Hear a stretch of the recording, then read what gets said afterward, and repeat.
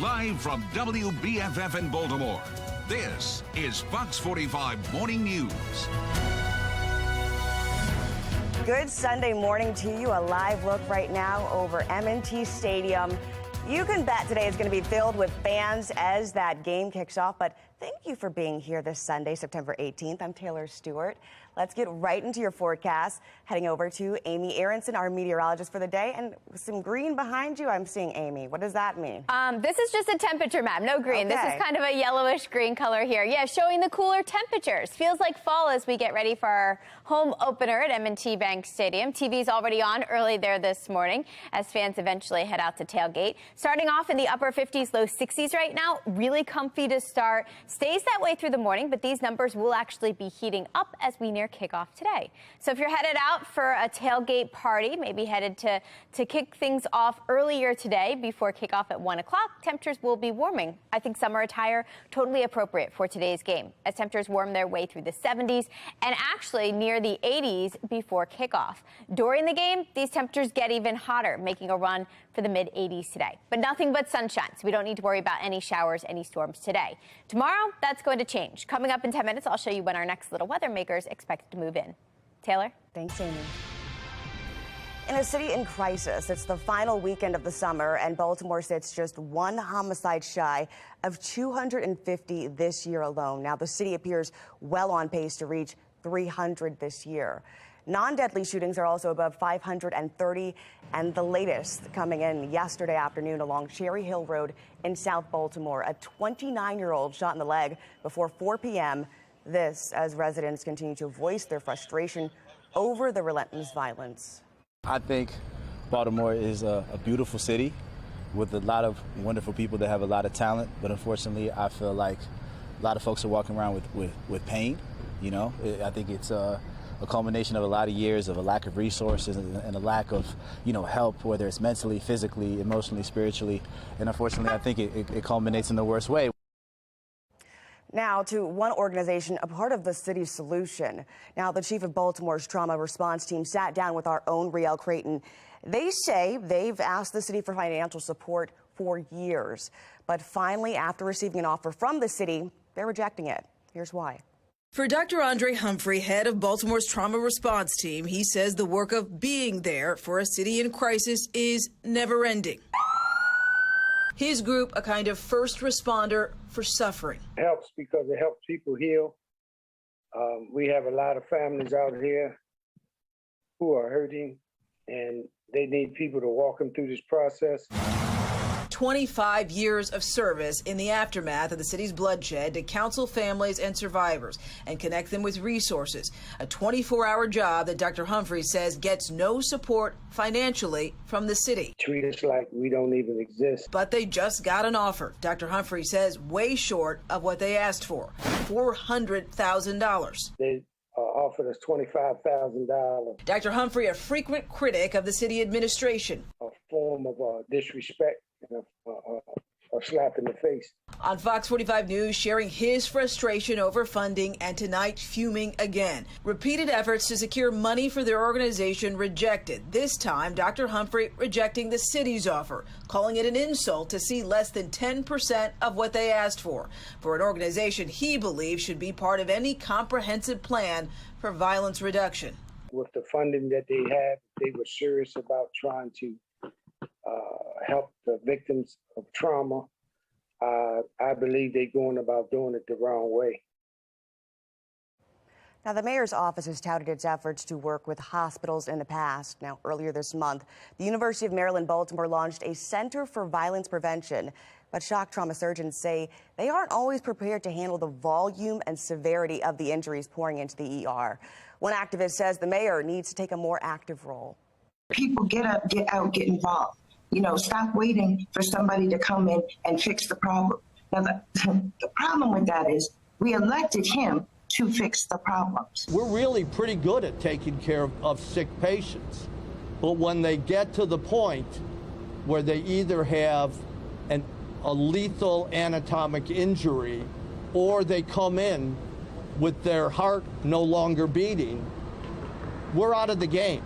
There's nothing we can do to fix that problem. The only fix for that problem is to not have it happen. Wow. The Center for Violence and Prevention received a $2 million grant designed to develop educational policies to limit bloodshed in the city. Mayor Scott is also announcing major changes to the violence intervention program, Safe Streets. In less than a month, the community-based organizations that now oversee Safe Streets will change hands. That supervision will be done by just two groups now, LifeBridge and Catholic Charities. Fox 45 has been following Safe Streets for months, demanding answers about how the organization operates and its effect on limiting crime. Mackenzie Frost pressed the mayor about what changes we could see under his leadership. Do you envision this change and this evolution, meaning that we'll see more transparency when it comes to the Safe Streets program? We've struggled to get information about how this program is run, the training, the staff. Will this change bring more transparency to this for the public? We're very transparent about the program. We have reports published about the program. We're going to consistently be doing that. But what we will not do is risk the public safety of our workers or others. Fox 45 is still working to find out how much of these contracts with LifeBridge and Catholic Charities will work out and how much it'll cost once that shift happens. Counties under pressure. Baltimore County Police are investigating a deadly motorcycle crash yesterday.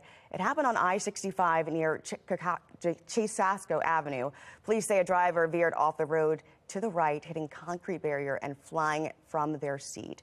The 65-year-old victim was flown to Johns Hopkins Bayview, where he was pronounced dead.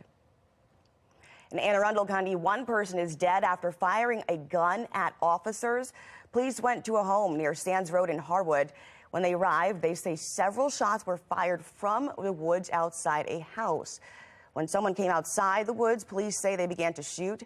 Officers who then returned fire killed that suspect. Now, anyone with information about this is asked to call Anne Arundel County Police. And we are looking at a bright and sunny day today, followed by a couple of showers on Monday. After that, Tuesday kicks off a warming trend. I'll let you know where our numbers are headed in the week ahead and when we are tracking a couple of rain chances in a few minutes. It's 7:07. You're watching Fox 45 Morning News.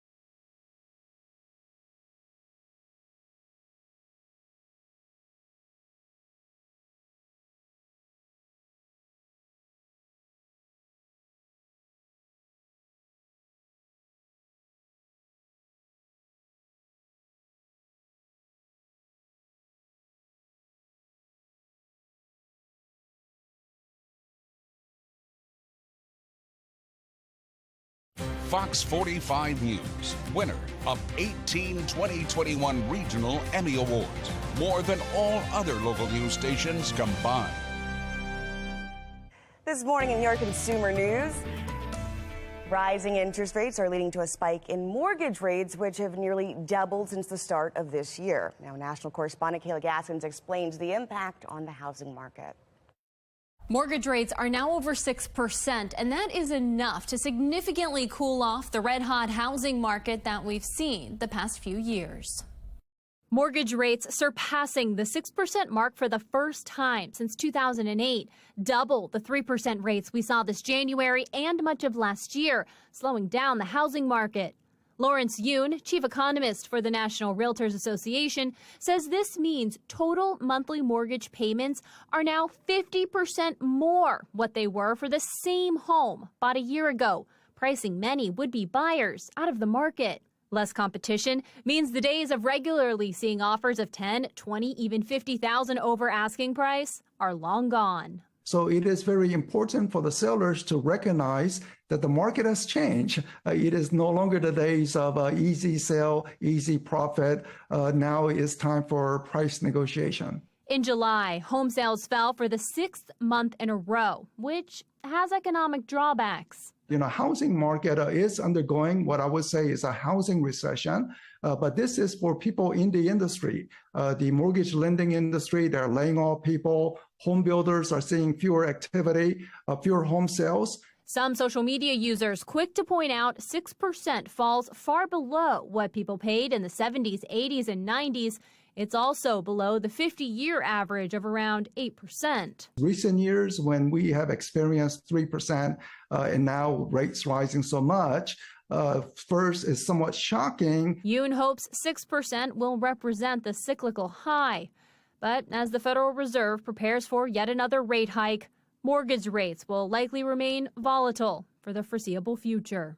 Economist Lauren Yoon also pointing out the benefit of the American mortgage system is our ability to refinance. So even if rates continue to climb for now, in the future, hopefully home buyers can reset if rates drop again, something many did over the past 2 years. I'm Kayla Gaskins reporting. City State's Attorney Marilyn Mosby's day in court delayed another 6 months. A legal expert weighs in just ahead. And the Ravens home opener today coming up. We've got it here for you, that forecast. Amy Aronson gives us the full day forecast just ahead.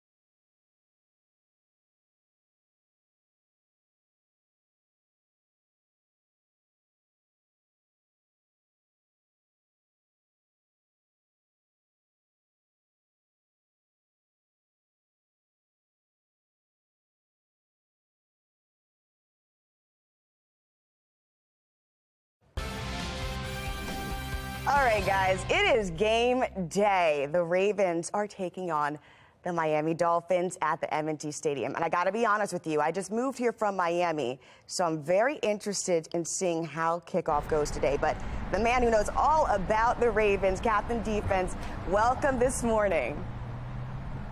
Good morning. How are you doing? Good. It's good to see you. I'm loving all the support I'm seeing from you and this outfit. You're telling me that 27 years you've been doing this, and this year you're bringing back that spirit. Tell me about the season, what you're looking forward to. Well, I'm looking forward to. I take it at one game at a time. You know, we have the talent, the leadership, and you know, we get to the playoffs, which we do every year, which is our expectations. So we'll be in the playoffs, and we'll take it from there. Take it there one game at a time, because we got the team to do it.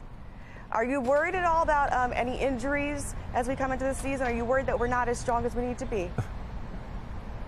Well, as most Ravens fans know, we've been down this road before. And what happened is, you know, the next person's got to step up. Whether he's on the practice squad as a backup, the next person just got to step up. And injuries is no excuse. Okay, so I got to be honest with you, though. The Dolphins coming in with a win, the Ravens coming in with a win today. Both of them have a win on their shoulders. They're coming into this fired up. You know, do you think the Dolphins could give them a run for their money today? Well, any team in the NFL can give a team for a run for their money. But if we play Raven football and control what we can, we'll get out of here with a win. And besides, we got the best kicker in the NFL if it gets close in Jay Tuck. So I'm fine. I'm confident. The numbers don't lie. The numbers don't lie. Thank you so much for joining us. We'll check in with you again. Thank you, Mr. Defense. And thank you. Absolutely. 1 o'clock today, Dolphins and Ravens. Let's go ahead and get a look at your weather. Apparently, it's going to be a great day for the game. Amy Aronson with your forecast. No rain in sight on this home opener. I mean, I'm just excited. It's a perfect day for a little bit of football. Maybe a little warm for fall football, but we'll take it. We have sunny skies now shining down on M&T Bank Stadium. Looks sparkling out there this morning. Looks a little empty right now, but I have a feeling within the next couple of hours, we're going to start to see these parking lots fill up around the stadium as tailgaters and fans head out to get ready for today's 1 o'clock kickoff. We are starting off with a little bit of haze, a little bit of fog. Otherwise, temperatures are off to a comfy start.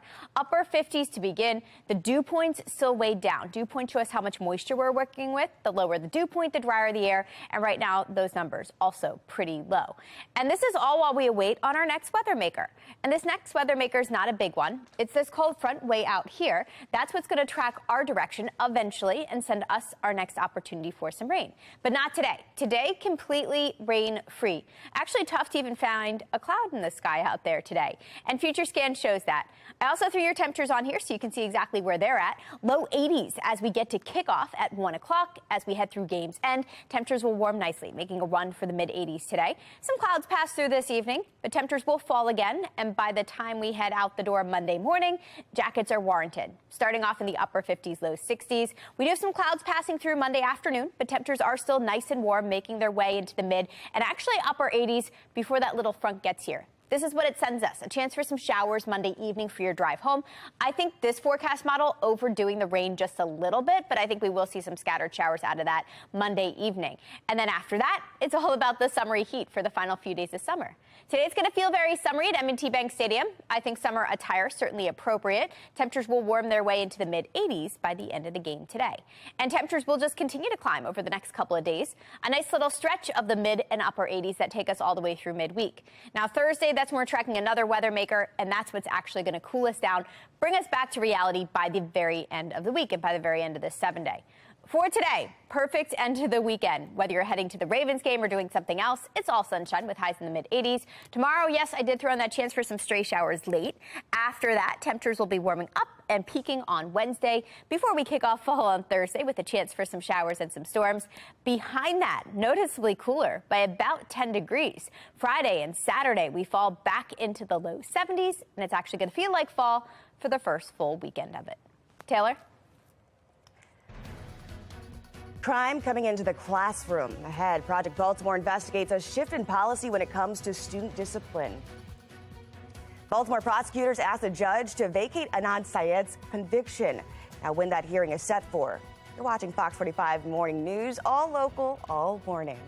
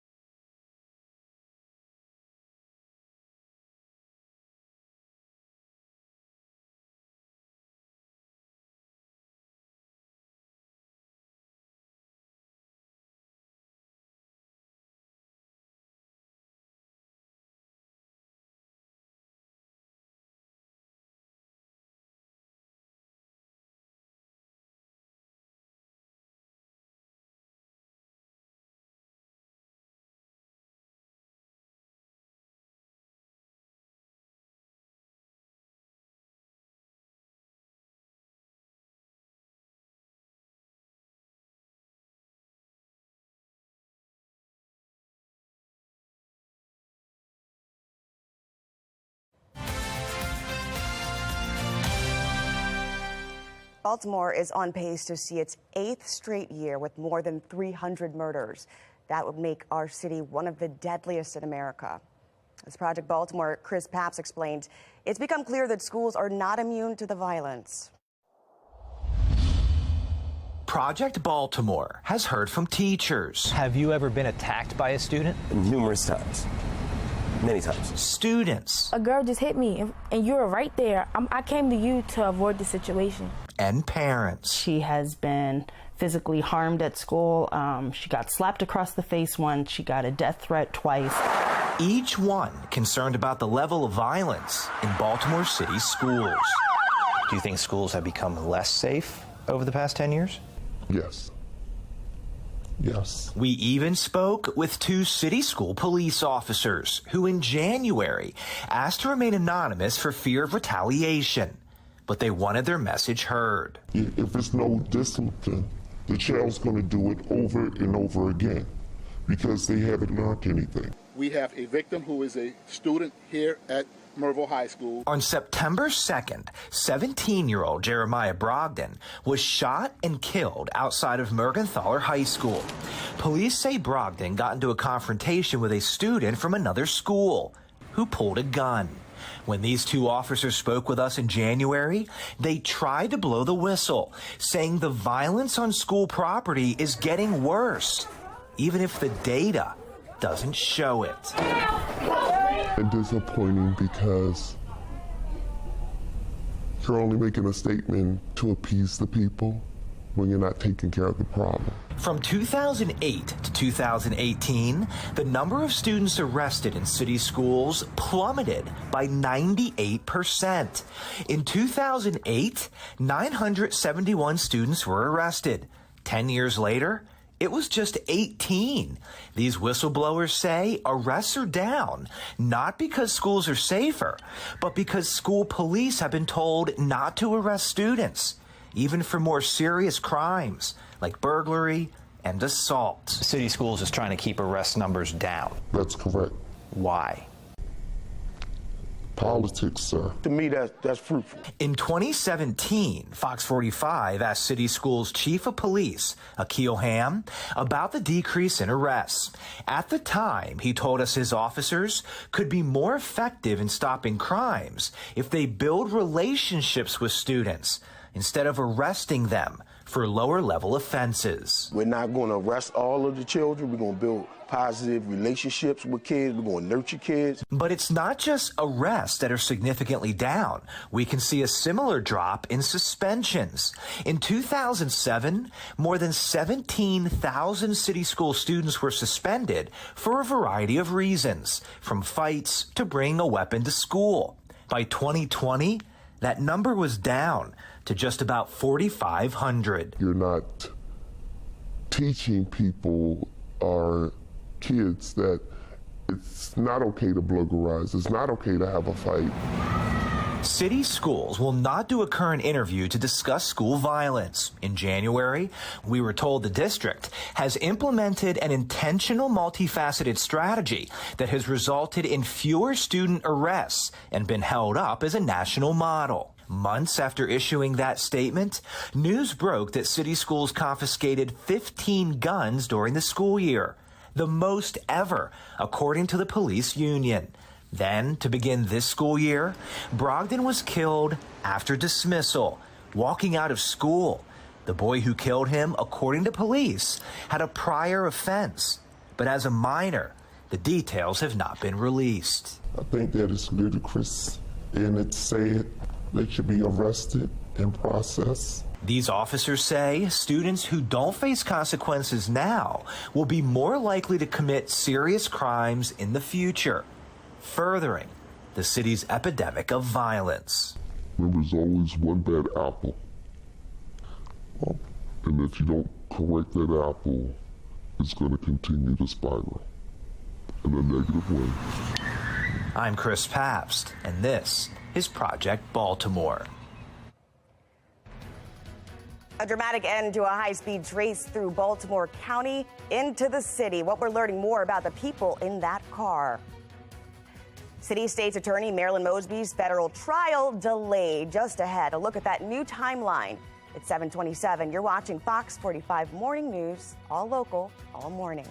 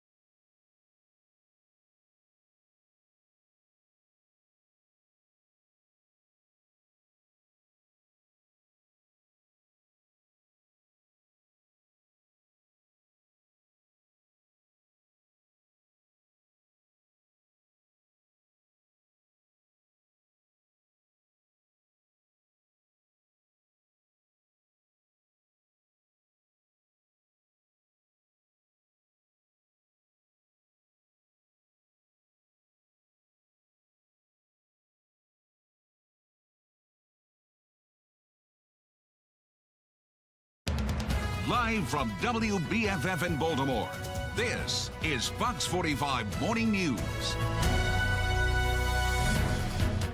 And we're starting off with a gorgeous morning. We're right outside M&T Stadium, ready for game day. It's going to be a good one. Miami Dolphins taking on the Ravens at 1 o'clock right here. Thank you for being here this Sunday morning. I am Taylor Stewart, and it is September 18th. We're going to get right into your forecast today because we've got some good weather on this last weekend of summer already. I mean, come on, Amy. Yeah, it is here, believe it or not. 4 days to go now until the official start of fall. Feels kind of fall-like out there this morning. Maybe you're packing up, getting ready to head out to M&T Bank Stadium. I'd throw a light jacket on. Upper 50s, low 60s this morning. Not going to stay this cool, though. As we get closer and closer to kickoff, these temperatures are going to be heating up. It's going to be a beautiful day outside M&T Bank Stadium. Perfect for a little bit of football to get the season started there. Mid-60s to start things off for early tailgaters. As we near kickoff, we'll make a run for the low 80s. And as the game wraps up later this evening, a nice healthy mix of sun and clouds with highs ending up in the very warm and actually very summery mid-80s. And this warm stretch is actually going to last as we count down to the start of fall. I'll let you know exactly how long it lasts and what brings it to an end in 10 minutes. Taylor? If I could curse, I'd tell you it was all bullshit, right? Marilyn Mosby's legal team furious at her trial being delayed for a second time. Now, the city state's attorney's federal trial is now slated for March. That stems from a missed deadline from the defense. Now, this week, there were several new developments. Take a look. An upsetting week for the Marilyn Mosby camp. Her Honor indicated that there were going to be a continuance. There was going to be a continuance. We vehemently opposed it. We're ready to go. The federal perjury and mortgage fraud case against the city state's attorney delayed another 6 months. This week, the judge siding with prosecutors who requested a continuance. They say they were not given enough information about the expert witnesses the defense planned to call on. Former city prosecutor Kurt Nachman weighs in. The defense team failed to provide appropriate disclosures in a timely fashion for their expert witnesses in terms of what the testimony and opinions of that expert was going to be. Mosby's legal team not holding back outside of court Wednesday. Because they realize that we have some incredible experts to defend her. And they've told us repeatedly they didn't want experts, they didn't need experts. And now on the eve of trial, they report to the court on the record that they're going to use experts. This is the second time the trial's been rescheduled. The first delay requested by attorneys for Mosby back in April. The new trial date is set for March 27th. Why it was pushed back so far is a more complicated question. Has a lot to do with the fact with the court schedule, the fact that we're still in the judicial system dealing with some COVID-related delays, and that when you have a trial of this magnitude, you have to bring in a large number of jurors in order to conduct juror selection. More time means more preparation for both sides. Well, ultimately, I think it'll give the prosecution an opportunity to find their own rebuttal witness. They'll also have to gather additional documents related to the businesses that Mosby's claiming had losses. Let's take a look at the charges Marilyn Mosby is facing. Count 1, perjury. Federal prosecutors allege Mosby lied when she took out $36,000 from her City of Baltimore employee retirement account, claiming it was due to financial hardship because of COVID.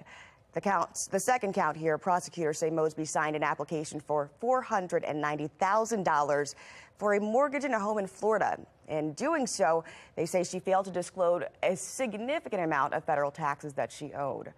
Now, that third count, perjury, for another COVID-19 hardship withdrawal. This time, prosecutors say she received $45,000 from her retirement account, an account for false statements she made on her loan application for another Florida home. This is one in Boat Key. Feds say Mosby again failed to disclose the tax lien. Take another look here at the timeline for the case as it's been pushed back. The defense will provide more information on their witnesses come October 7th. There will be 2 hearings in January, both on motion and deadlines. There will be a pretrial hearing on March 7th. Jury selection is scheduled for March 23rd and 24th before that trial begins on the 27th. Looking ahead, a hearing has been set for Anad Syed, the man convicted of killing his high school girlfriend more than 20 years ago. This case made famous by the Serial podcast. The city state's attorney, Marilyn Mosby, recently expressed doubt concerning that verdict. Syed has never wavered in maintaining his innocence. That hearing now is set for tomorrow at 2 p.m. Baltimore residents turning up in droves to help aid in their city cleanup. Now, this is part of a national effort to keep cities beautiful. Photojournalist Maureen Pravado has the sights and sounds from yesterday's hard work. Today we're taking over this green space in Brooklyn. It's National Cleanup Day, so it's part of our long-time cleaning and greening in Baltimore. We're going to clean this space that's in between 2 homes as opposed to trash, overgrowth, and everything that just invites more chaos. Hey, unless you clean it up, we're going to clean it up and we're going to start improving it. We work with Grow Home, who's going to help with youth mentorship. I'll either help, like mow the lawn, or get somebody else to help. When we train them, I mean, the basics of being on the job, construction, welding, plumbing, those are all things that they get to feel about. And I just like every opportunity is like a new opportunity. They're learning how to take care of their own land and hopefully make it something that they can have for a long time.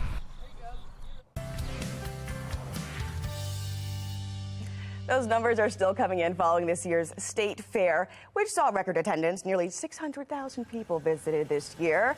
It's a big boost in attendance coming from a new 3-weekend format instead of that usual 12 days in a row. The fair also announced an increase in livestock exhibits, an all-time high gross income for fair attractions. Good people are buying local. Gary Brewster joined us yesterday to talk about the year's big success. And Maryland, agriculture is our #1 industry, and we have wonderful food there. This year, the pickled pizza was popular. The traditional Krabby Patty was great. Farmer's Stand garden grilled cheese won the award. So you have all this great local food, and then you have these terrific rides. You have the Riptide roller coaster and Spaceport and Hydra. Brewster also said the food at the pavilion was a popular area among visitors, and he confirms preparations are already underway for next year. And the countdown is on to fall, actually only 4 days away now. Not going to feel like it, though. I'll explain the reason why in a couple of minutes. It's 7:37. You're watching Fox 45 Morning News.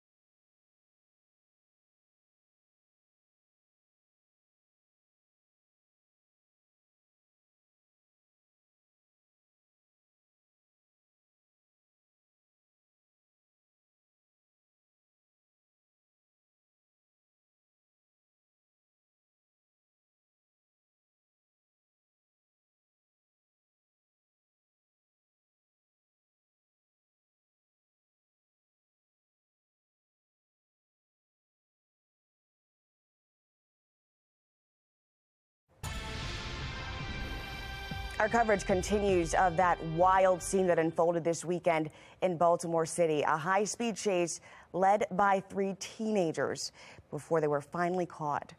Jeff Abel now has more on that story. He's digging into what exactly we learned and what was found in that car. Well, police pursued this vehicle down multiple roadways through both the city and the county, and when it was over, 2 15-year-olds were among the accused.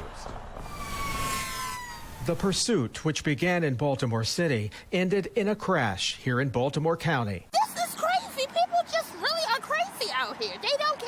Police say the suspect's vehicle was wanted in connection with an armed robbery and pursued the vehicle for 16 miles until it crashed into another vehicle here on I-83 near the Baltimore Beltway.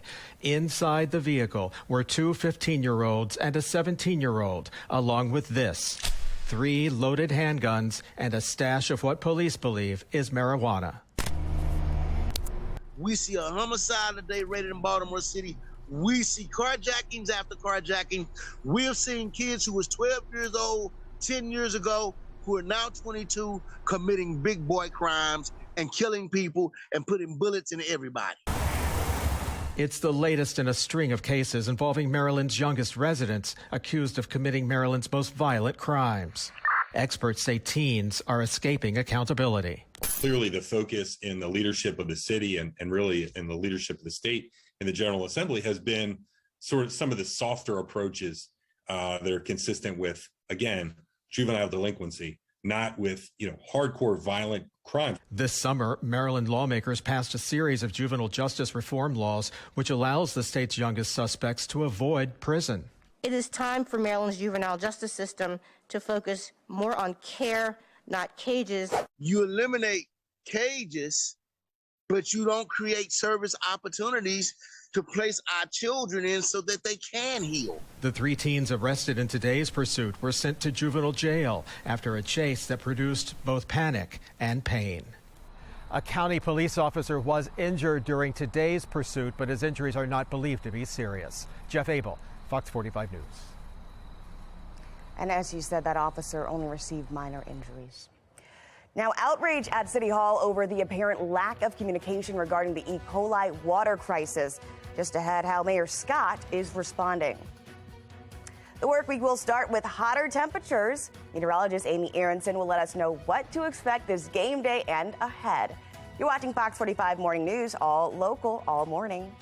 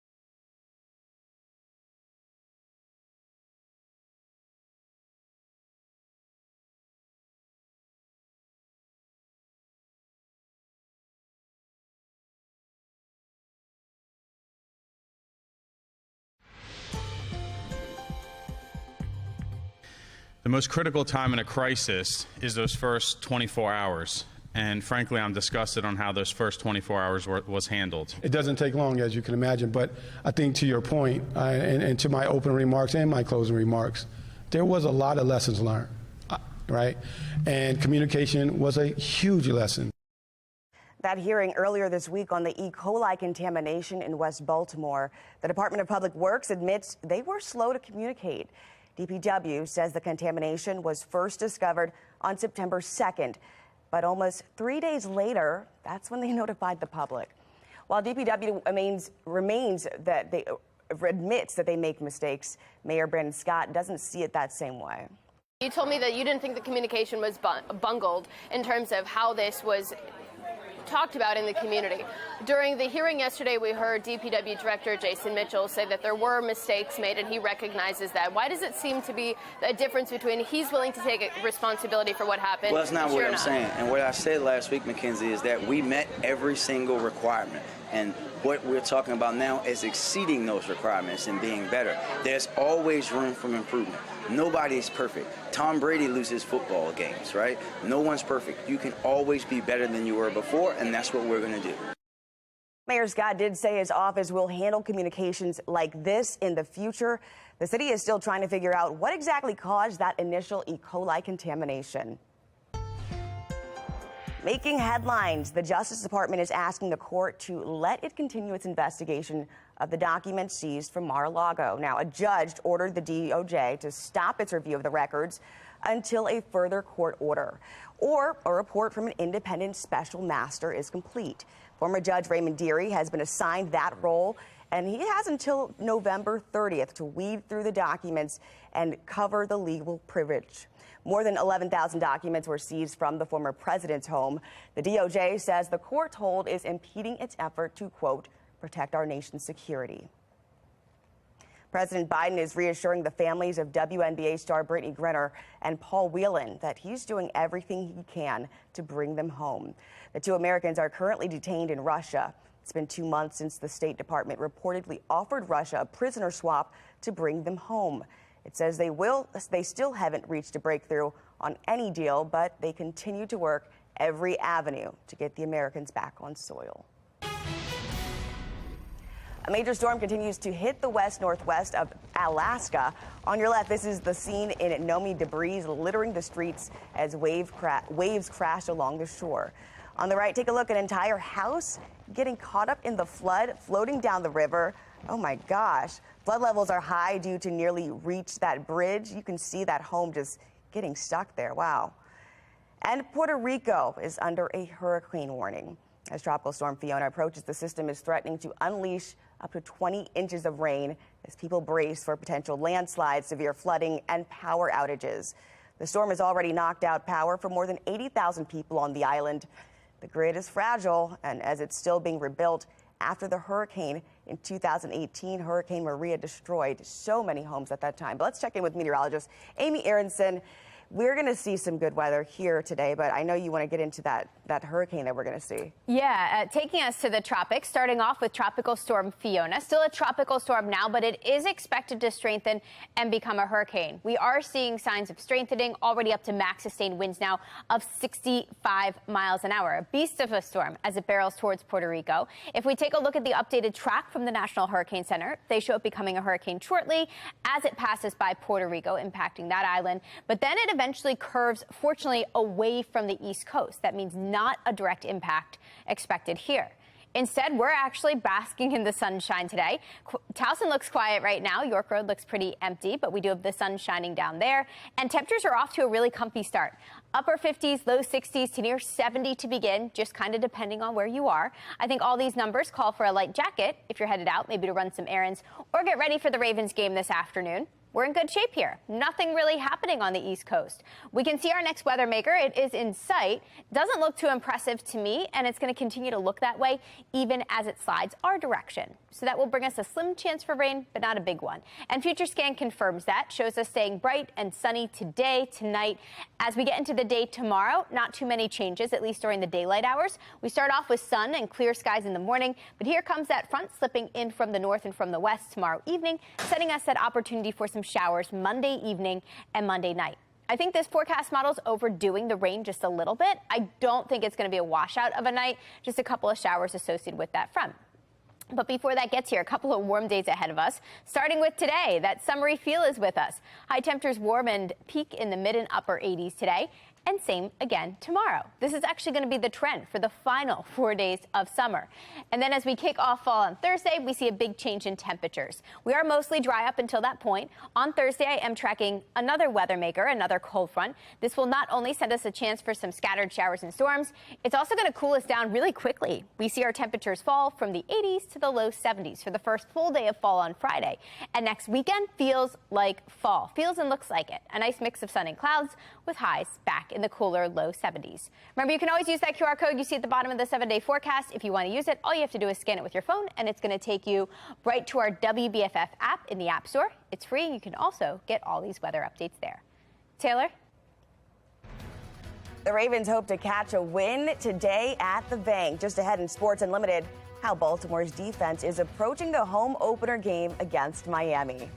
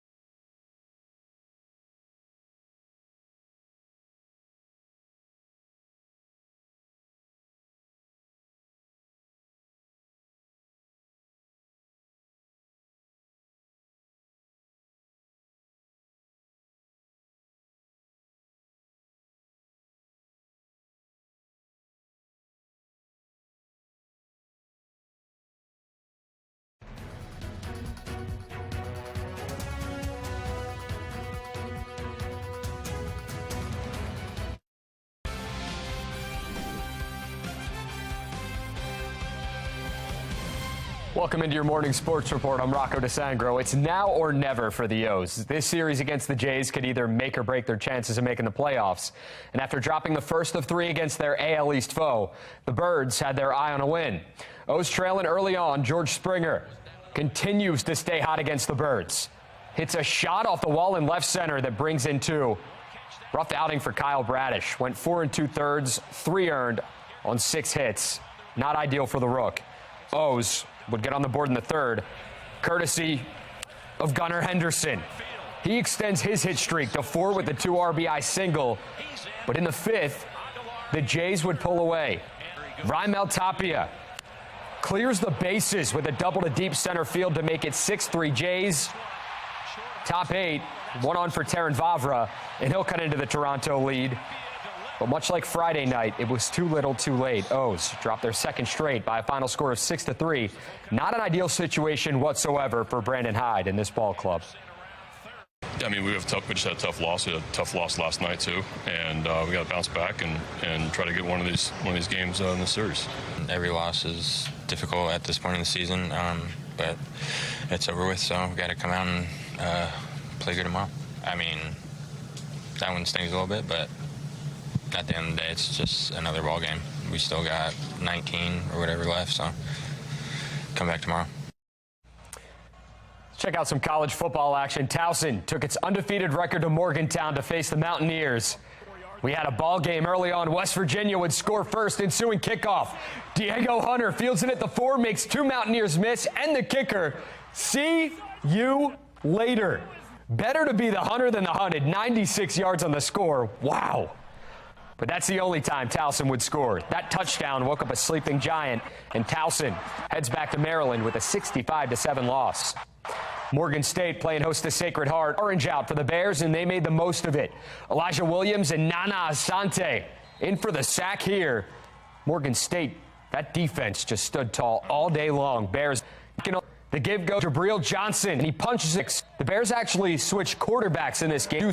Would Carson Baker, but no need to switch backs in. Fonzo Graham, they each found pay dirt in this one, and the Bears get their first win in the Damon Wilson era. 24-9, the final score. Johns Hopkins playing host to Juniata, and the Blue Jays came to play yesterday. Spencer Ugla going to cruise in from 29 yards out, and that puts Johns Hopkins on the board. So we're still in the first half for this next one. Blue Jays with a 35-0 lead. Ryan Stevens connects with Quinn Revere for the 21-yard score.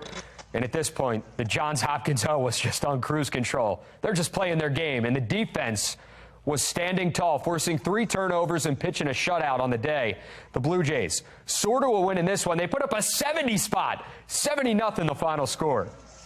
So it was a first-class performance for the Ravens defense in the season-opening win over the Jets, and one they hope to carry on into week 2. The Dolphins offense, though, it's not the Jets. This is a team with speed, weapons, and while the opponent changes, the mindset entering this one remains the same.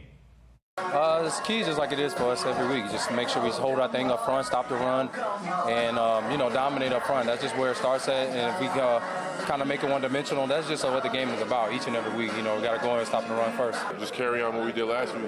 Just continue to cause havoc. One guy's eating, everyone's going to eat. I carry that. I think about like that with myself. If I get a lot of pressures and things like that, cause them to step up, and then the interior D-line to eat as well. So, I'm cool with that. And if we can carry that the next week, we'll be great. We'll be good. Kickoff at M&T Bank Stadium is scheduled for 1 p.m. Before the game, the Ravens will honor Jalen Ferguson and Tony Saragusa, both who passed away in June.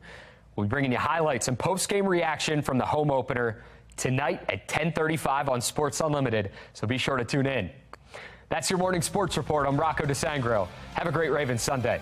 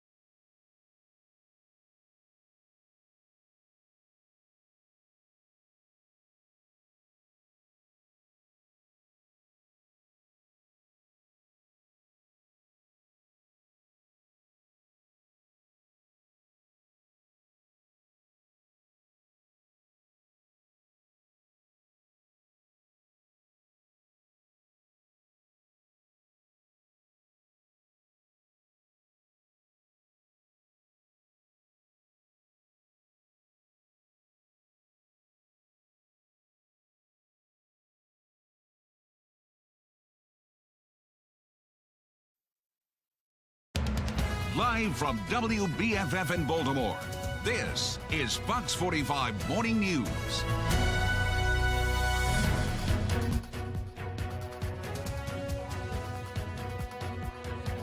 Yeah, good morning. It's 8 a.m. on this Sunday morning, looking fantastic down in Baltimore. And it's game day. How exciting. Ravens home opener, and we've got a beautiful day for it. We're starting off comfortable this morning. If you are headed out, maybe to start tailgating a little early this morning, I'd grab the jacket. Starting off in the upper 50s, low 60s. Feels a little fall-like to begin, but by this afternoon, it's going to feel more like summer at M&T Bank Stadium. Looking great for tailgating leading up to kickoff. We have nothing but sunshine over the next couple of hours, plus warming temperatures to go along with it. Temperatures will climb from the low 70s this morning to the upper 70s and then right into the low 80s as we get closer and closer to kickoff. That's coming up at 1 o'clock. Plus, I'm not tracking any rain today, and that's going to be the case all the way through game time. We are looking at a rain-free storm-free day ahead of us. And this trend will continue actually over the next couple of days. Coming up in 10 minutes, I'll let you know exactly how long these warmer temperatures are going to stick around and when I am tracking our next opportunity for some showers and what that's going to mean for our temperatures later this week. Taylor? For Dr. Andre Humphrey, head of Baltimore's trauma response team, he says the work of being there for a city in crisis is never ending. His group, a kind of first responder for suffering. It helps because it helps people heal. We have a lot of families out here who are hurting, and they need people to walk them through this process. 25 years of service in the aftermath of the city's bloodshed to counsel families and survivors and connect them with resources. A 24-hour job that Dr. Humphrey says gets no support financially from the city. Treat us like we don't even exist. But they just got an offer, Dr. Humphrey says, way short of what they asked for, $400,000. They offered us $25,000. Dr. Humphrey, a frequent critic of the city administration. A form of disrespect. A slap in the face. On Fox 45 News, sharing his frustration over funding and tonight fuming again. Repeated efforts to secure money for their organization rejected. This time, Dr. Humphrey rejecting the city's offer, calling it an insult to see less than 10% of what they asked for an organization he believes should be part of any comprehensive plan for violence reduction. With the funding that they have, they were serious about trying to help the victims of trauma. I believe they're going about doing it the wrong way. Now, in your city in crisis, it's the final weekend of summer, and Baltimore sits just one homicide shy of 250 this year alone. Now, the city appears to be well on pace to reach 300 at the end of this year. Non-deadly shootings are also up above 530. The latest coming yesterday afternoon along Sherry Hill Road in South Baltimore. A 29-year-old shot in the leg just before 4 p.m. This as residents continue to voice their frustration over the violence in their community. I think Baltimore is a beautiful city with a lot of wonderful people that have a lot of talent. But unfortunately, I feel like a lot of folks are walking around with pain. You know, I think it's a culmination of a lot of years of a lack of resources and a lack of, help, whether it's mentally, physically, emotionally, spiritually. And unfortunately, I think it culminates in the worst way.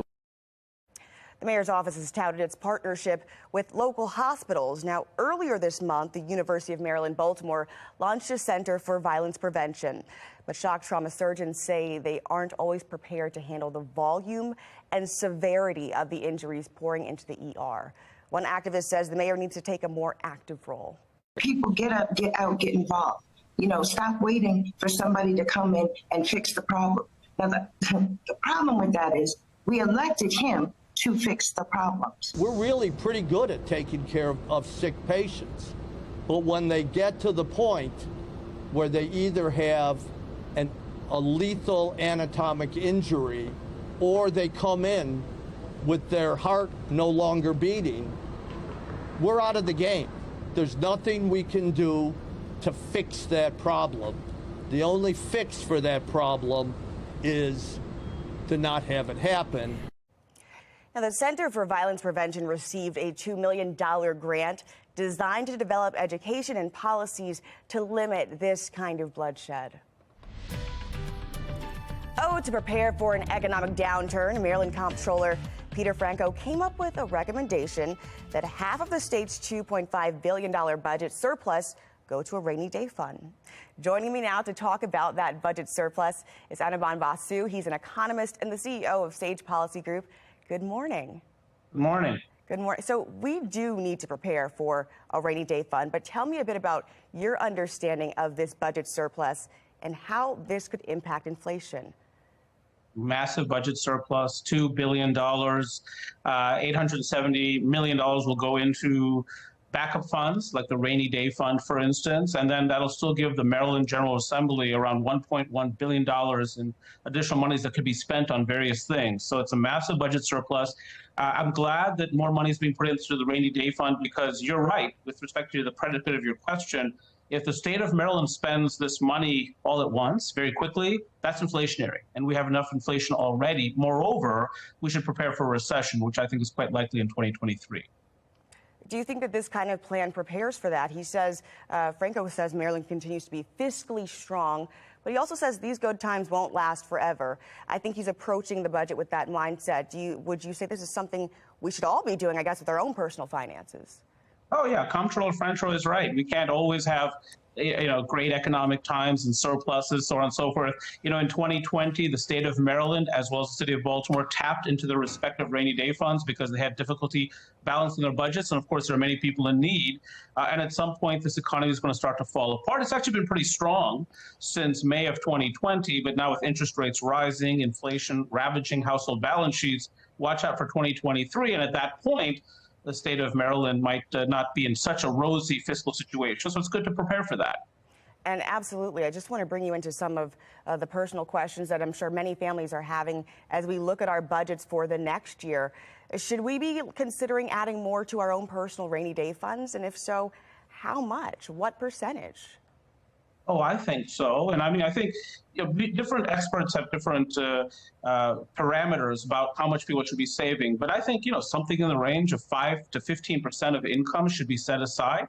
It depends on who you are, how much you make, what your needs are, how much you care about stuff, material goods, those kinds of things, and how much you want to be able to spend in retirement. But people should be saving. And, it's tough to save right now because prices are so high. But we should all have our personal rainy day funds, and they should be as thick as is possible. Absolutely. Thank you so much for joining us this morning and giving us good insight on what we could see in the budget of Maryland and in our own personal finances. Thank you. All right, Brittany Griner is still in Russia, but Biden has other plans. What the president is now doing that he says will help make her release.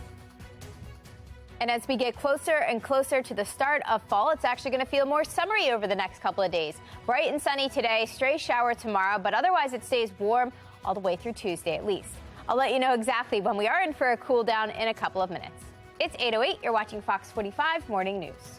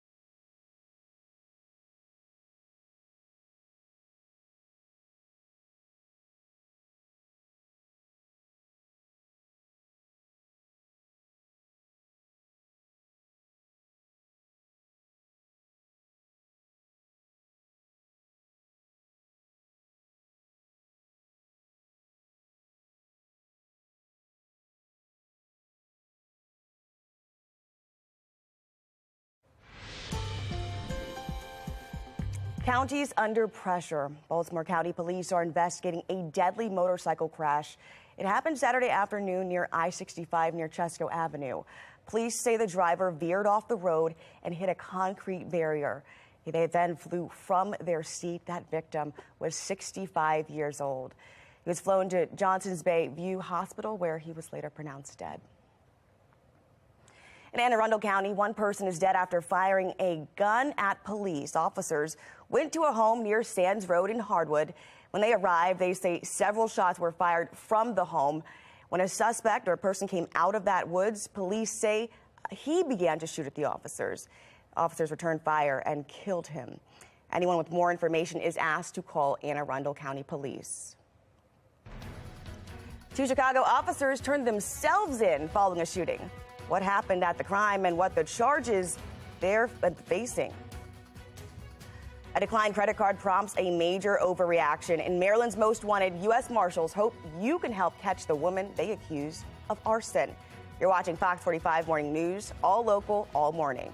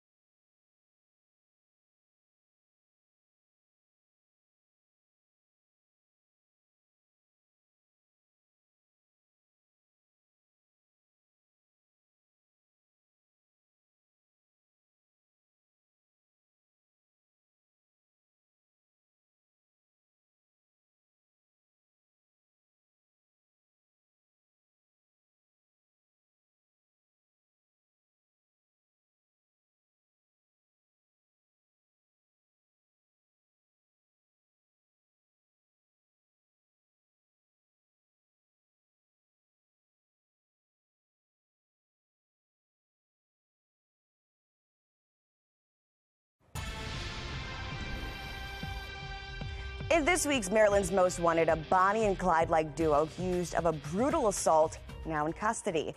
And an argument over a declined credit card erupts into flames. Federal agents now joining the search for a Baltimore woman accused in a brazen arson. Here's Alexa Ashwell. Investigators say this woman became so enraged by a declined credit card that she set fire to a gas station. That was 2 months ago. And now the U.S. Marshal Service needs your help tracking her down. July 1st, 2022, East Baltimore. Investigators say 28-year-old Amber Anthony and her mother pull into this Carroll Motors Fuel on East North Avenue. The mother walks inside to pay. Outside, Anthony begins fueling up the car. Unaware, the cashier had accidentally activated the wrong pump, and her credit card had actually been declined. When the card's declined, she goes inside and speaks to the cashier. Investigators say Anthony confronts the clerk, and things quickly escalate. She even threatened the cashier beforehand that she was going to light the place on fire if they didn't provide her with the gas. Al Maresca is a deputy marshal with the U.S. Marshal Service. He says Anthony carried out the threat, using a lighter to set fire to paper, then placing the burning pieces into the cashier's turnstile, then a nearby ATM. She lights a fire near the cash register. She lights another fire near the ATM. The cashier calls 911 as the fires quickly spread. Anthony drives off before police and firefighters arrive. But surveillance cameras captured the fiery encounter, as well as the car's license plate. Still, Anthony has yet to be found. The greatest concern here is that the public safety. Property can be replaced, but a life cannot. If an individual is willing to start a fire next to another human being, that obviously shows they have a disregard for human life. What can you tell us about Anthony? Does she have a criminal history? So this individual has had extensive run-ins with the law. Problems including a history of arrests for assaults and theft. In fact, court records show Anthony is also wanted in Baltimore County for failing to appear for trial in a theft case. Investigators stressing Anthony can be unpredictable. In this case, there's no doubt that individual, at least at the time, was mentally unstable, and we need to make sure that this person is taken into custody so she can answer for her crimes. Take a good look. Anthony stands about 5'2" and weighs approximately 120 pounds. Investigators say she may or may not still have this piercing above her lip there. Investigators do believe she's still in the Baltimore area, so if you have any information to her whereabouts, you're asked to contact the U.S. Marshals Service, the number right here, 1-877-WANTED-2. Or you can contact Maresca directly, his number right there, 202-819-5058.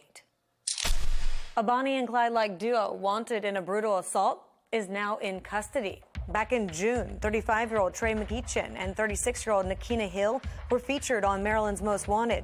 The U.S. Marshals Service says tipsters who watched this segment led them to the fugitives. McEachin was arrested after a brief chase in northwest Baltimore, and Hill a few weeks later in northeast Baltimore. Investigators say the pair beat a man unconscious and then robbed him back in June. Hill, we do know, has a prior of attempted first-degree murder. Mr. McEachin, we do know that he's a noted and certified gang member. He's a member of the Black Guerrilla family here in Baltimore, so he does have a criminal past. Like this duo, a reward is being offered for information into Anthony's whereabouts. Remember, you can always remain anonymous. I'm Alexa Ashwell, and this is Maryland's Most Wanted. All righty, let's get right over to meteorologist Amy Aronson with a look at our forecast here today on this home opener. How are we looking? Yeah, exciting stuff. Not exactly feeling fall-like yet, and we are looking for fall foliage. It's that time of year where we start to search for it. Right now, nothing showing up across our area. You've got to travel north to see any signs of the fall colors showing up on the trees. If you're wondering when are our fall colors going to show up and peak, we've actually got a little bit of time to wait. If we zoom in on what's happening here in Maryland, it tends to be around late October, and that's what it's looking like for us this year. Little further north up in Pennsylvania, I think earlier in October is when we'll start to see the vibrant reds, oranges, and yellows. Still looks pretty down in M&T Bank Stadium today. Home opener, gearing up for it. Low 60s to start. Feels fantastic right now. Going to be heating up, though, as that stadium fills up this afternoon with a lot of excited fans. And things look dry, rain-free, storm-free for us today. Next weather makers way out here. This little cold front's going to slip in tomorrow, sending us a chance for some showers at that point, but not today. Today, we're looking crystal clear here on the weather map. And Future Scan shows not much of anything happening. Shows our temperatures warming from the 60s to the 70s right into the 80s this afternoon. We actually end up in the mid-80s by the time the Ravens game wraps up later this evening. Tomorrow morning starts off cool and refreshing in the morning, but then we quickly heat up. Temperatures actually get a little hotter tomorrow, making their way into the mid and upper 80s before this happens. That's our rain chance. I think this forecast model is showing a little more rain than we're actually expecting. Showers should be pretty spotty, but they do show up Monday evening, so that would be the time frame for that. And that's one of two rain chances coming up in the week ahead. No rain chances today. You don't need to worry about the rain gear at M&T Bank Stadium. If anything, I think summer attire, certainly appropriate still, with temperatures starting in the low 80s, ending in the very warm and actually a little humid mid-80s by the end of the game. And that's where we're going to stay all week long. So maybe you're planning out your outfits for the week, for the school week. We've got mid-80s pretty much each and every day, upper 80s by Wednesday, little cooler come Thursday, and that's when I am tracking our next weather maker and our next opportunity for some rain. And that's also the start of fall. Lots happening this week. Stray shower come tomorrow. After that, it's bright and sunny for a couple of days with highs warming into the mid and upper 80s. Thursday, I do throw in that chance for some showers and some storms as we welcome the fall equinox. And behind that, it turns much, much cooler. Big 10-degree temperature drop coming. Mother Nature gets the memo, and it looks like for the first full day and first full weekend of fall, it's actually going to feel like it. We've got some really cool nights with temperatures dipping into the low 50s and some nice refreshing days with highs in the low 70s. Taylor? Alrighty, Ravens are playing the Miami Dolphins today at the M&T Stadium. And of course, we have to have Captain Defense join us again this morning before we even jump into all of this. Welcome back. Yes. Welcome back. Looking strong, looking ready. I'm ready. It's game day. It's game day. So I want to know, you've been doing this for a while, but this year, Yes.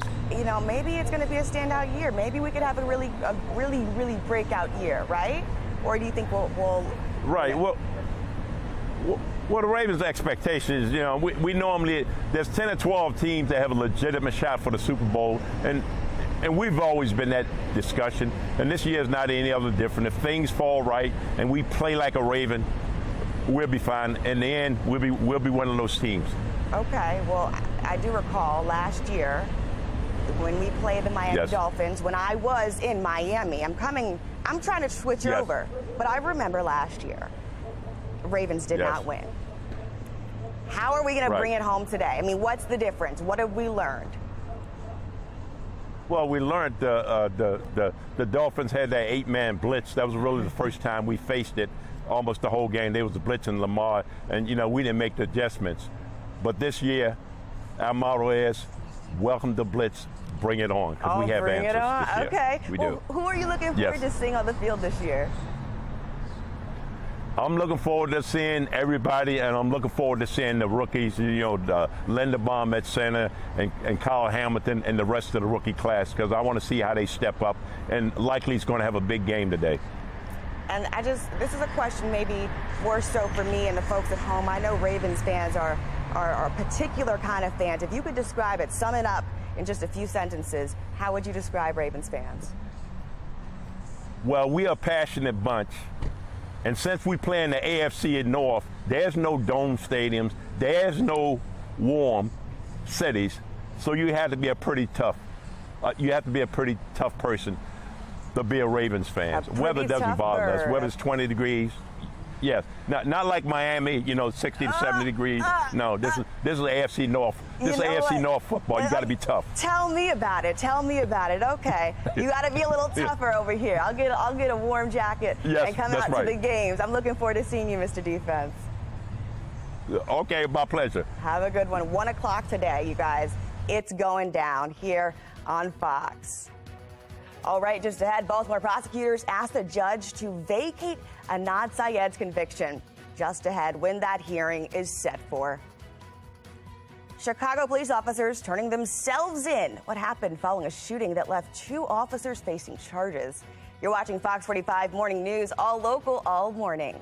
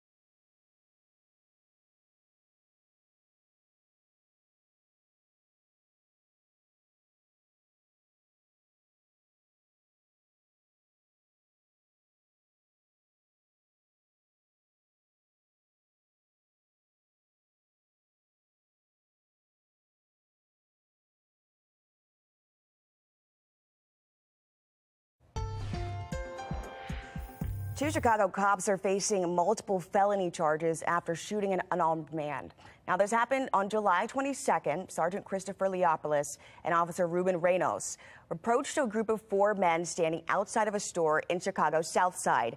One of the guys had a gun and exchanged fire with the officers. A 23-year-old unarmed man was shot and seriously injured during this incident. The Cook County State's attorney says the video surveillance shows officers shooting Medina as he had his hands up, that 23-year-old. We respect their courage and their commitment. With regard to this particular case, we cannot ignore or stand by acts of unprovoked violence, even at the hands of those who are sworn to serve and protect our communities. Both officers were fired before they turned themselves into authorities. Making headlines, the Justice Department is asking the court to let it continue its investigation of those documents seized from Mar-a-Lago. A judge ordered the DOJ to stop its review until a further court order or a report from an independent special master was complete. Former Judge Raymond Deary has assigned that role. He's got until November 30th to weed through those documents. More than 11,000 documents were seized from the former president's home. The DOJ says the court's hold is impeding their efforts to protect the nation's security. President Biden is reassuring the families of WNBA star Brittany Griner and Paul Whelan that he's doing everything he can to bring them home. The 2 Americans are currently detained in Russia. It's been 2 months since the State Department reportedly offered Russia a prisoner swap to bring them home safely. It says they still have not reached a breakthrough on any deal, but they're continuing to work every avenue to get them back on American soil. City State's Attorney Marilyn Mosby's federal trial delayed once again. Just ahead, a look at that new timeline. Baltimore residents turning up in droves to help the city clean up. Just ahead, the sights and sounds from yesterday's hard work. It's 8:27. You're watching Fox 45 Morning News, all local, all morning.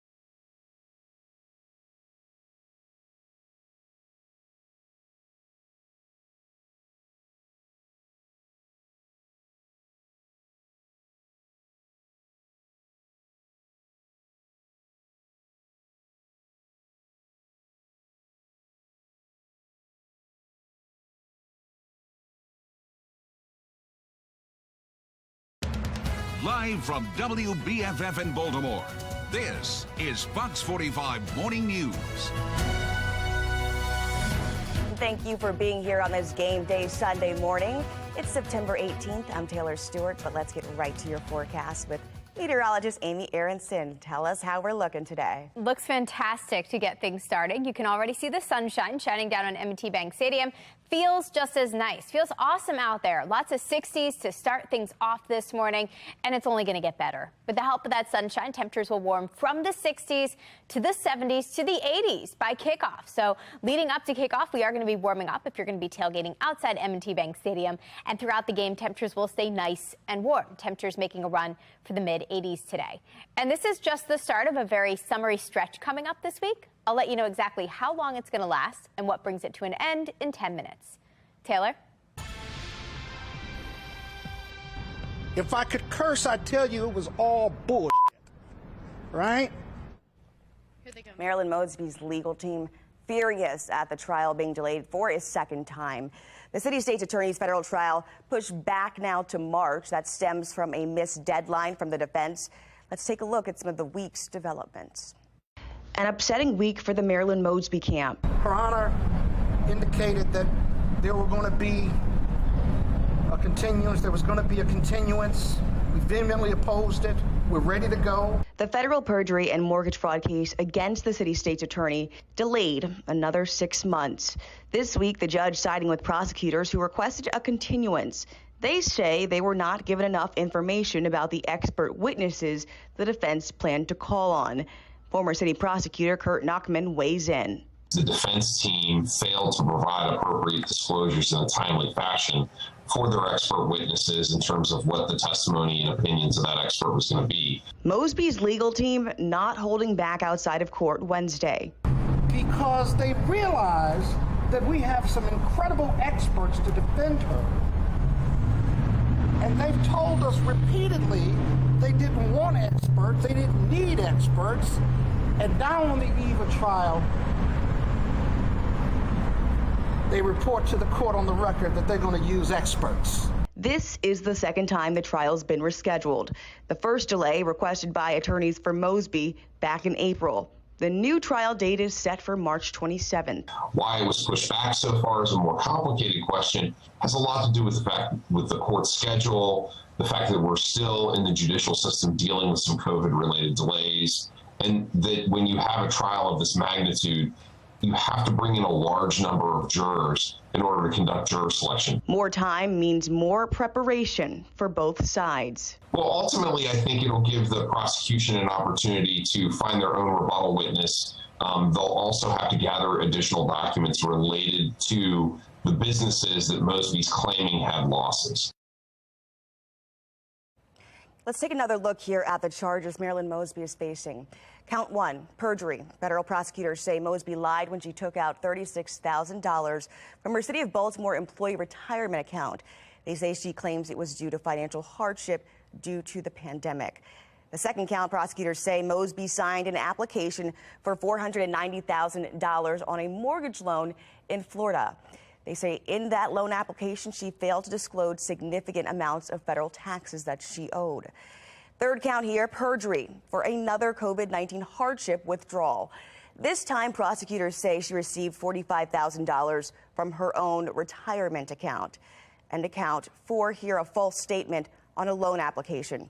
This one for another home in Florida that she was trying to get in Boat Key. Feds say Mosby again failed to disclose the tax lien.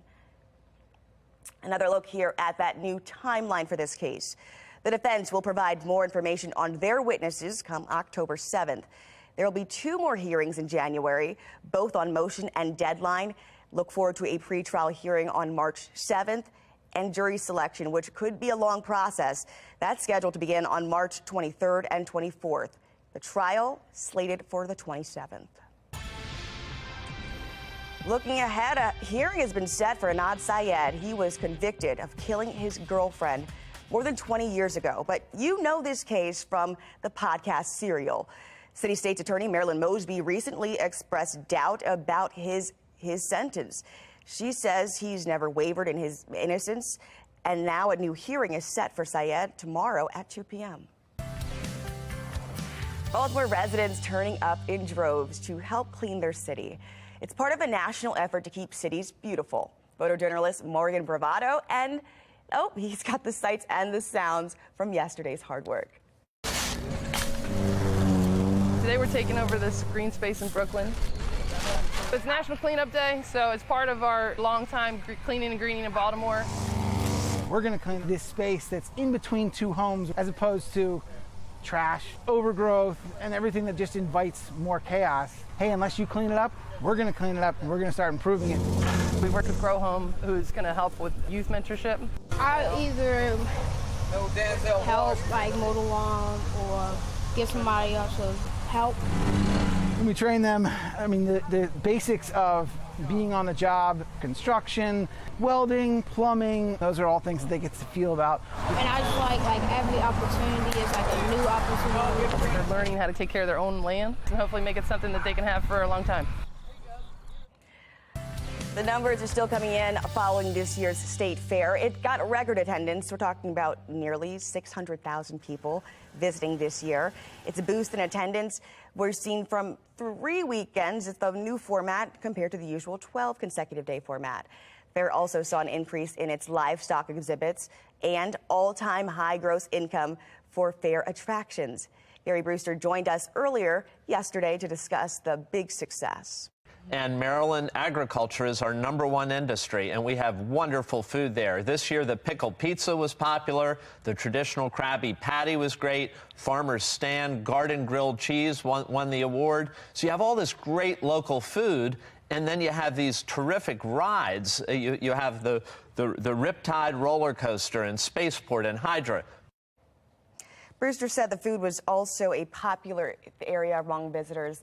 He confirms preparations are already underway for next year.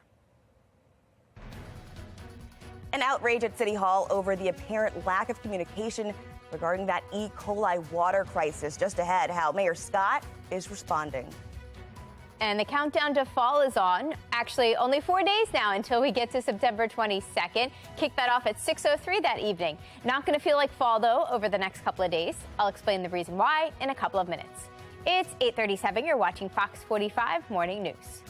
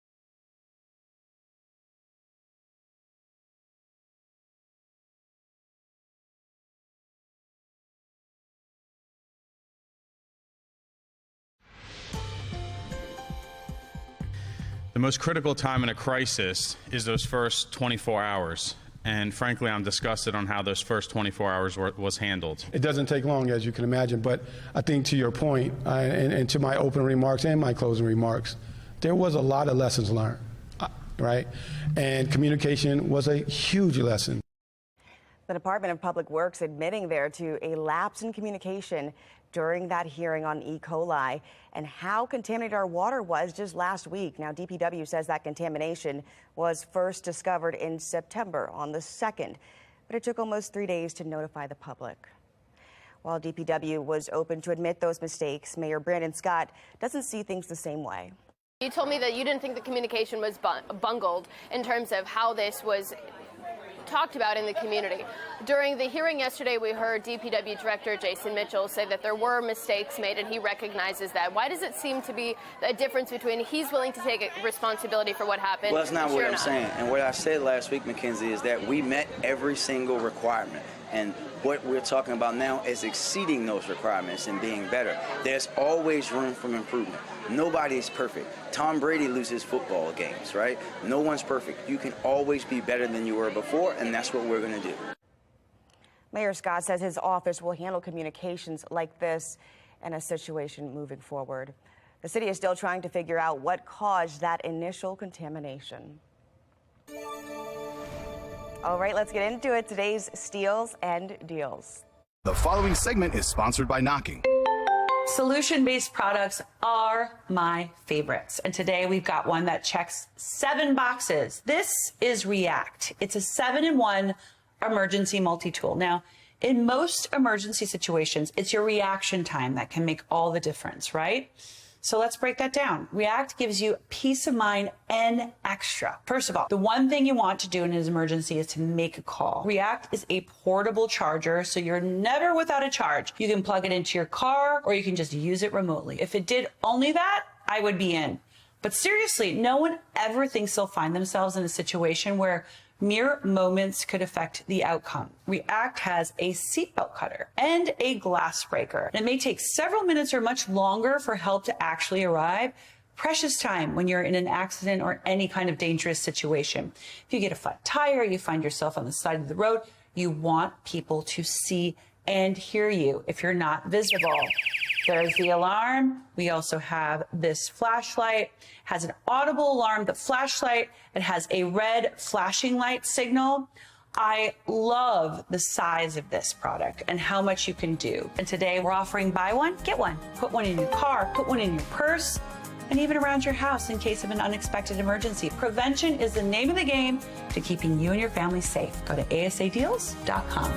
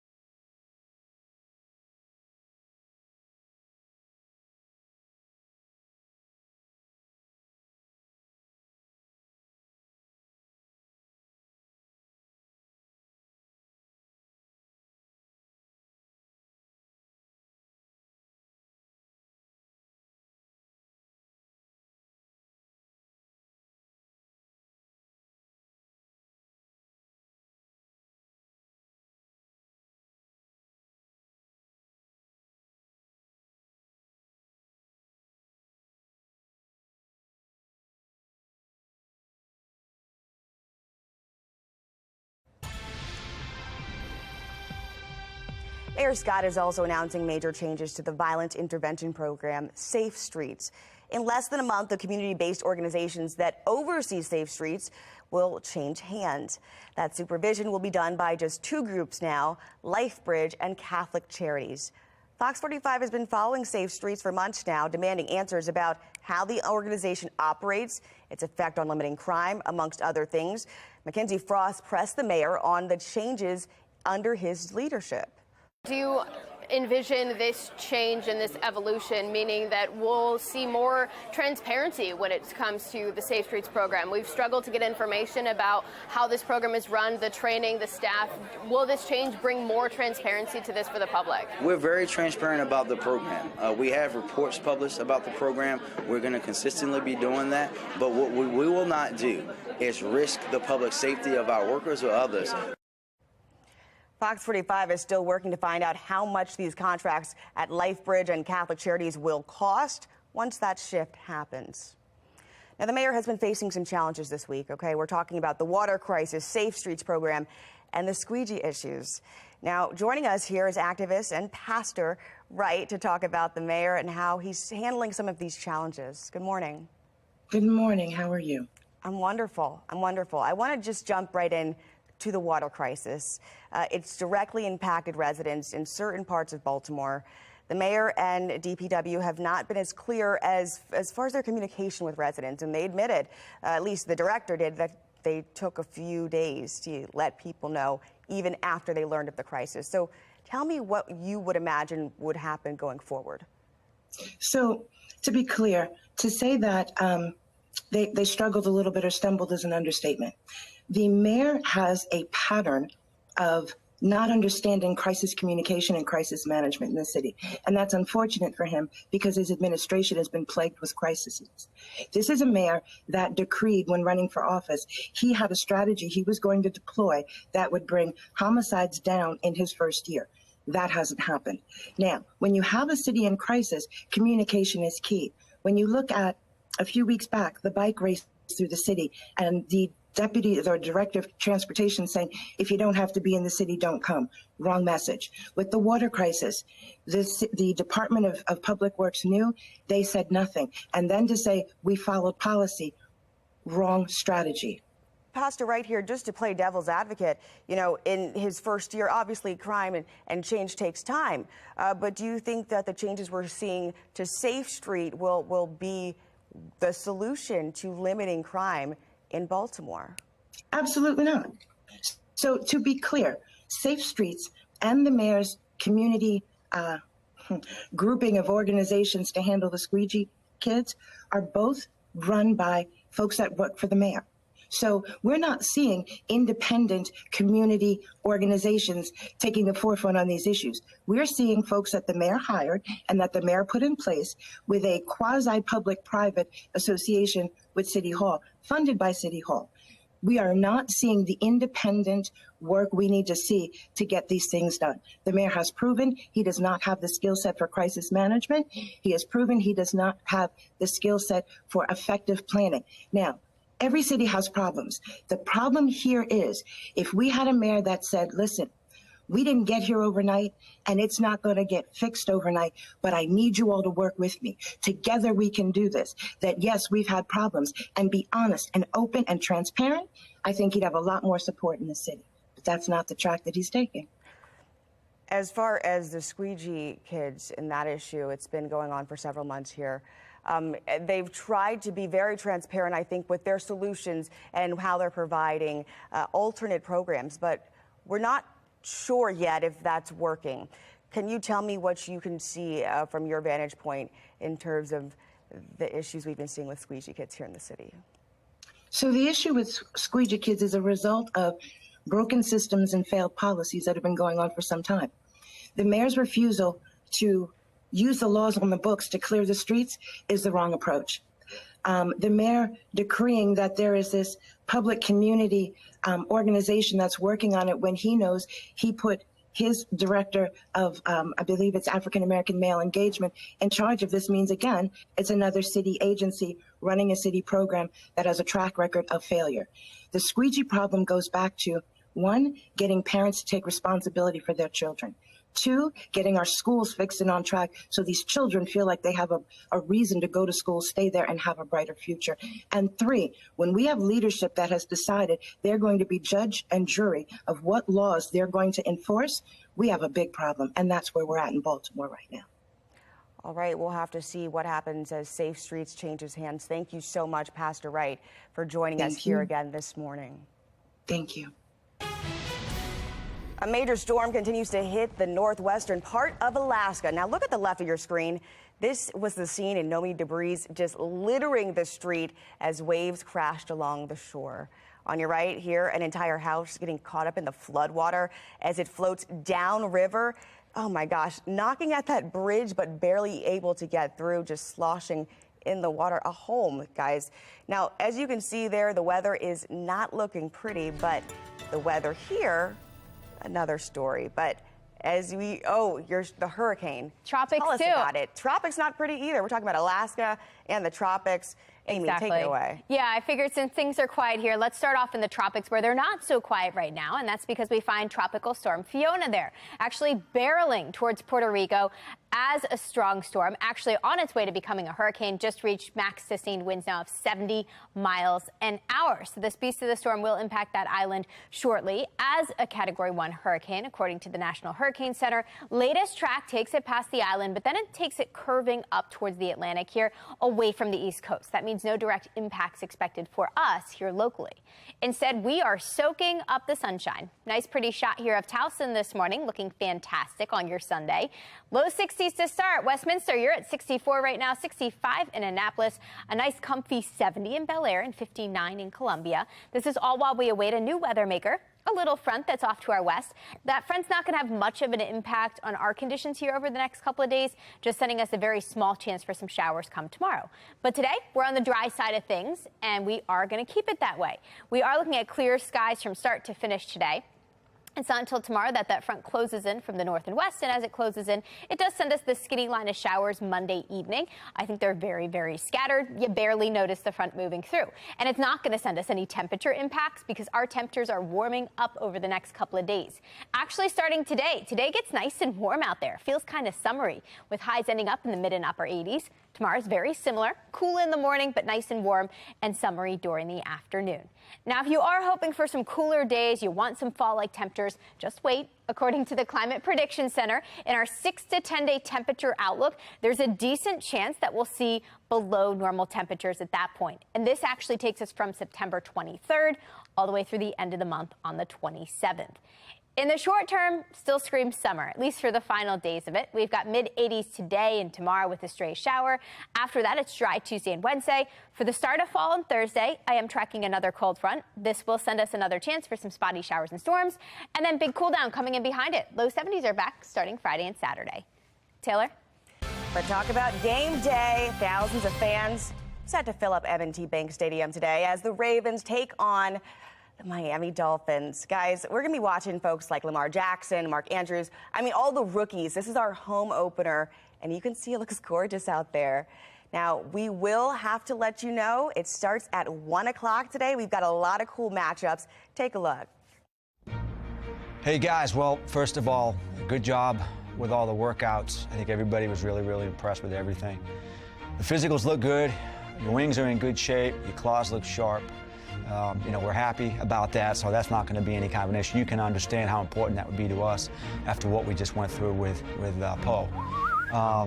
So what I want to do right now is just talk about a contract. Listen, what I'm prepared to offer you guys is a one-season contract, okay, for birdseed only, okay, upon execution. We'll throw in nest expenses as well. The big thing that I want you guys to understand is this is a major commitment on our part as an organization. This is really important. This position is really important, obviously. And we've determined that you two guys are really the two best guys for this position. Do we have a deal? Awesome. That's great. That's great. Well, here's what we got to do. We got to look at the contract, okay? I want you guys to read the language. I've got yours right here, Edgar. Alan, I've got yours right here. Just read the first page. Read it first. Make sure everything looks good. When it looks good, let me know. You look good? Awesome. All right. Big day for you guys and your families. Congratulations.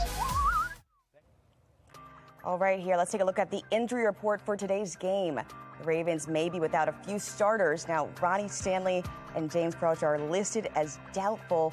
J.K. Dobbins, Marlon Humphrey, Marcus Peters, and Brandon Stevens are among some on the list of players that are looking questionable for today's game against the Dolphins. We'll have to see how this all plays out. Work week will start with hotter temperatures, though. Meteorologist Amy Aronson will let us know what to expect in the full 7-day forecast. You're watching Fox 45 Morning News, all local, all morning.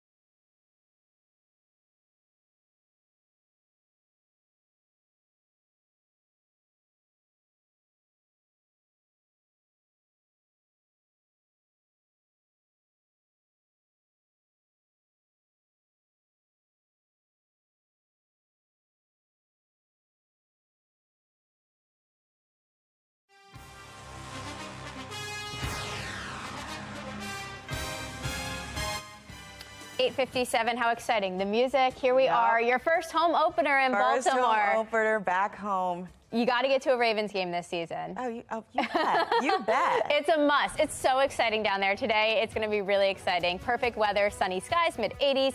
This summery trend takes us through about Wednesday. After that, as we kick off fall, a big change coming up. So by this time next weekend, we're going to be in full fall mode. It's going to feel more like football weather. Low 70s are back. Go Ravens. Go Ravens. Have a great day. Thanks for joining us here on Fox 45.